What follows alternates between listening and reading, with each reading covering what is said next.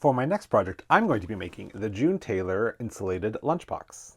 So these June Tailor kits are pretty cool. They come with everything you need except for the fabric. So for this kit, we have some pre-printed insulated batting. There is a plastic base, some webbing that we're going to cover for our straps, and one of their zippity-doo-done zippers. Now for the fabric on this, I'm going to be using this print, which is by one of my favorite designers, Sarah Watts. It is an older print back when she was with Cotton and Steel. For the lining, I'll be using this ripstop nylon, which will help against spills. And then I just have this solid teal for the straps.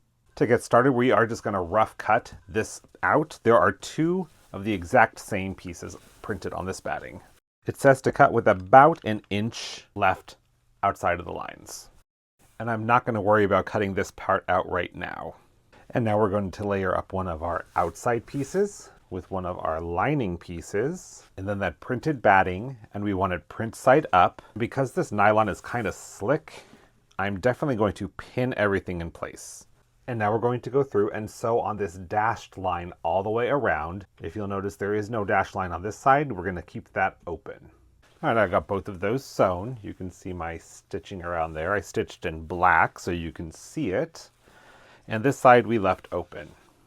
So now we're going to trim on those solid lines and clip our corners.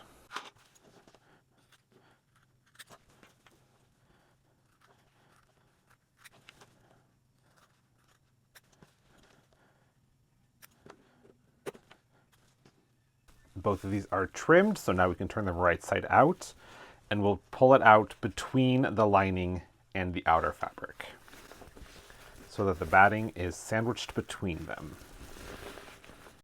And now we're going to press these seams so they all lay nice and flat, and I will be pressing from this side because it's cotton.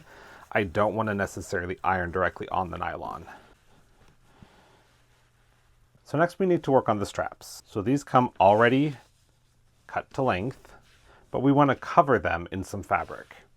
The directions that come with the kit give you all of the measurements that you need to cut. We're going to cut out 2 strips for the strap covers.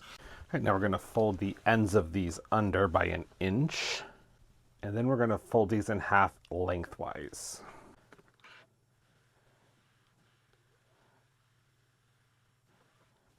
So we're going to press the raw edges in towards the center. All right, now we're going to take one of those webbing pieces and nest it in here, and just nest it in 1/2 of the casing and make sure that the raw edge is covered. Then we're going to close it up all the way so there's no raw edges, and we'll give it another press, keep everything where it needs to be, and then we're going to top stitch on both sides of this.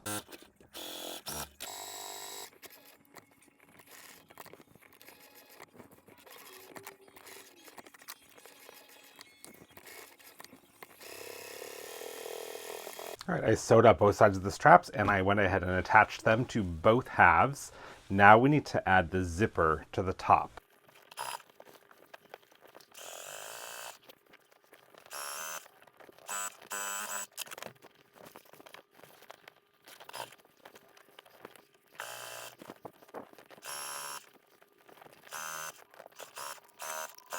Zipper is attached, and I went ahead and did some stitches just to secure it because we are going to trim those.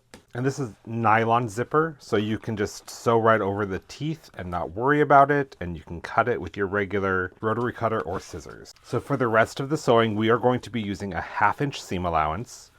First, we're going to sew up the bottom. Then once that's sewn, we'll sew up the 2 sides.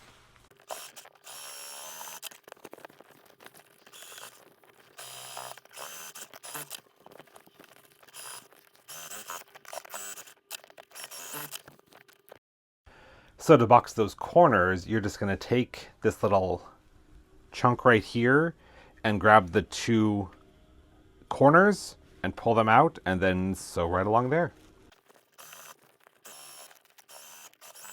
All right, we've got all 4 corners boxed. It's time to turn it right side out.